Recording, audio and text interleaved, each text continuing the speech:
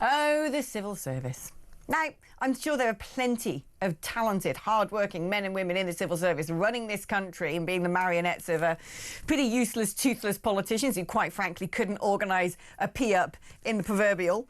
But they're constantly under attack, aren't they? I mean, Dominic Cummings, back when he was Boris Johnson's advisor, was all for draining the swamp a la Trump 1.0. Well, we've now learned that the civil service is spending more than £27 million of taxpayers' money on equality, diversity and inclusion initiatives, and that's in just 1 year alone.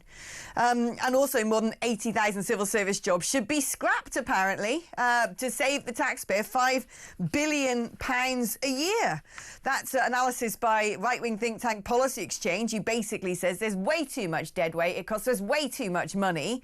I just say bring back Demon Headmaster Jacob Rees-Mogg to scour the offices looking for the people in their slankets back at home not pulling their weight. Anyway, let's speak now to David Penman, who is the General Secretary of the FDA Union. David, great to have you on the programme. Let's start off, first of all, with this DEI stuff. Now, I'm sure you're going to be banging the drum, supporting and representing the civil service as you should be doing. But really, do we need to have 570 diversity networks, 2,965 committee members, and an annual spend of 27 million quid to sort of pump the civil service full of what is now fast becoming outmoded and divisive doctrine? So if you look at that figure, £27 million, you're talking about a civil service of more than 500,000 people with a wage bill, as you've said, of about somewhere between 20 and £25 billion.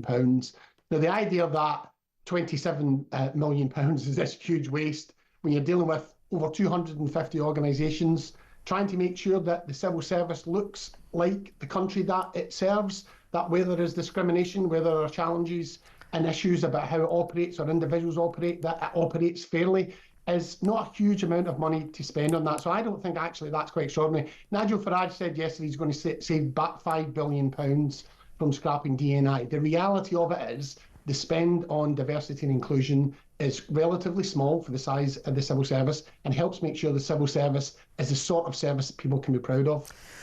The thing is this, though, with DEI, a lot of people are saying that this stuff does more harm than good.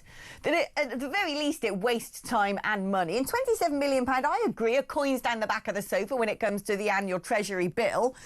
But, you know, if I had done my sums before coming in here, I probably could have told you that £27 million would get us X amount of doctors and nurses, or able to build this many sort of, I don't know, extra prison spaces. All these things where we find that we're sort of splitting at the seams, our public services are under great strain. 27 million quid is still 27 million quid. But the other problem is this. I mean, the civil service are there to basically decide, or no, not decide, they shouldn't be deciding things. They should be aiding and abetting politicians in enacting manifestos and putting into practice the laws that those politicians propose. Why on earth should they be doing things like joining up LGBT charity Stonewall, who are making political demands? I mean, it's if anything, it has the risk of contradicting government policy, this stuff. And it's very, you know, since Trump got elected, people are turning around and speaking openly about this DEI rot and saying that it's actually very divisive and very damaging. We could just get rid of it, can't we? Well, if you want an organisation that doesn't really care about whether it's equal or not, whether everyone has a fair chance, or when there are problems or someone experiences discrimination, it doesn't matter, then of course you can get rid of DEI, but that doesn't make for good organisations. The civil service should be the sort of place where everyone, regardless of their background or their colour or their gender, can thrive and do a good job. That's how you get the best people delivering for the taxpayer. And that means at times things go wrong and there are challenges, and organisations, every organisation, particularly big ones, have to address those sorts of problems, both individually when it comes to someone's experiences, or structurally. But surely, like anywhere else, there's an HR department and there's employment law, and if you're discriminated against, then take it to a tribunal. I don't know why everyone has to sit there and start sort of self-flagellating over the idea that, you know, Britain was once an evil empire. But that's not the experience of what's going on in the civil service, and that's not what these people are doing. These people are part of the HR network. They are specialists who deal with equality. They will advise on policy. They will help support HR when it comes to complex and difficult cases. That's the sort of work that they're doing. You're talking about 500 people out of an organisation of more than 500,000 that are working on this particular area. It is not extraordinary. All big organisations, private sector and public sector, will have HR experts and equality experts to help ensure that the best people get on in an organisation and an organisation treats its staff fairly. Let's move on now to this idea that 80,000 civil service jobs should be scrapped to save taxpayers £5 billion a year. Now, this is a report done by right-wing think tank Policy Exchange, which shows that in Whitehall now, staff used to be 380,000 and has jumped up to 514,000 since 2016. So in less than 10 years, you've got a massive increase of basically 150,000 staff members in 10 years. Why? Why are these extra jobs? Are they really needed, or could we look at a slimmed down civil service? I think no one would look at the civil service now and think that it has grown in a planned and organised way. And I think there's some good analysis in this think tank. I would argue that it's not a right-wing think tank, Policy Exchange. I think they do some good work and a broad spectrum of views from it. And the report itself looks at that, the kind of chaos of the last 10 years and what's happened and why the civil service has grown the way that it has done. If you look at those 10 years, we've had Brexit, we've had COVID, we've had 6 prime ministers, 8 chancellors. And we need 150,000 extra people to deal with those things. And 40 different finance ministers. We've in most government departments, there's a football team of ministers who've been in charge. Well, how many football teams? It's 150,000 extra staff. That's a lot. I would use the analogy like Chelsea's a football club. If you keep changing direction and keep changing policy and keep changing managers, it's very inefficient. And the civil service has grown inefficiently. The challenge really is, how do we go from here? The disagreement I would have with this report is that it just creates these arbitrary numbers, slash 20% here, 40% there. The reality of it is, if you want to address the efficiencies in government, you need long-term planning and you need stable government, and you need to match commitments to resources. What do we want to achieve? What do we want public services to look like? What are the resources that are needed to do that? And how do you come up with a plan to go from where we are now to where we are then? That's not by just drawing a line in the sand and saying 20% less. But in 10 years, swelling an organisation by 150,000 employees, that's big. Surely, just on that alone, that is an eye-watering number that you think, really, are all of those jobs necessary? Or are they doing jobs that are necessary, which means that older jobs should have been binned off? Absolutely.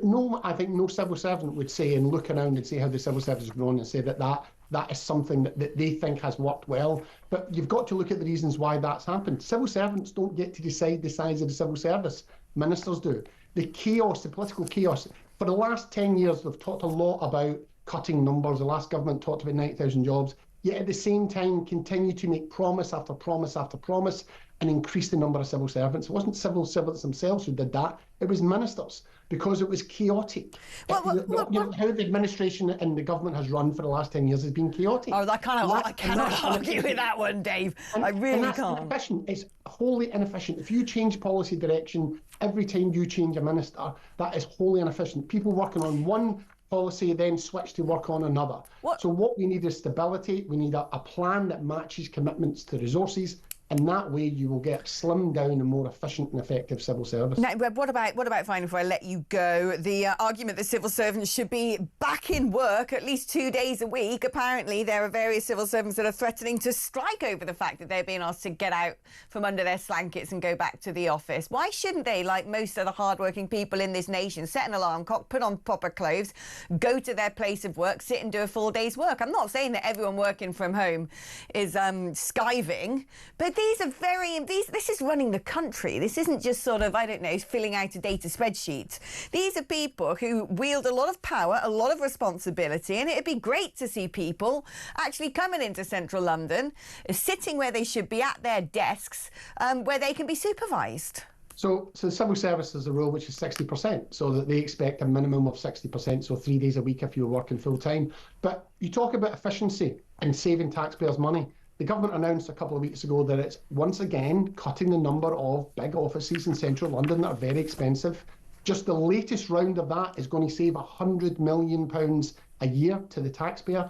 If you can do your job as well working hybridly, sometime in the office, sometime at home. That's good for you as an individual because you get greater flexibility, and it's good for the taxpayer because it's more efficient. And that finding that balance is what government is trying to do. Currently, the rule is 60%, so civil servants are expected to come in at least 3 days a week. That's about the average. But what's wrong with going in 5 days a week? Well, if you look at even the private sector recognise that. You can go in 5 days a week if you want, but you're going to have to provide offices for people to do that. And you're going to have to accept that that's going to cost more than it does just now. And that's what efficiency is about. It's not rhetoric. It's saying, what's the reality here?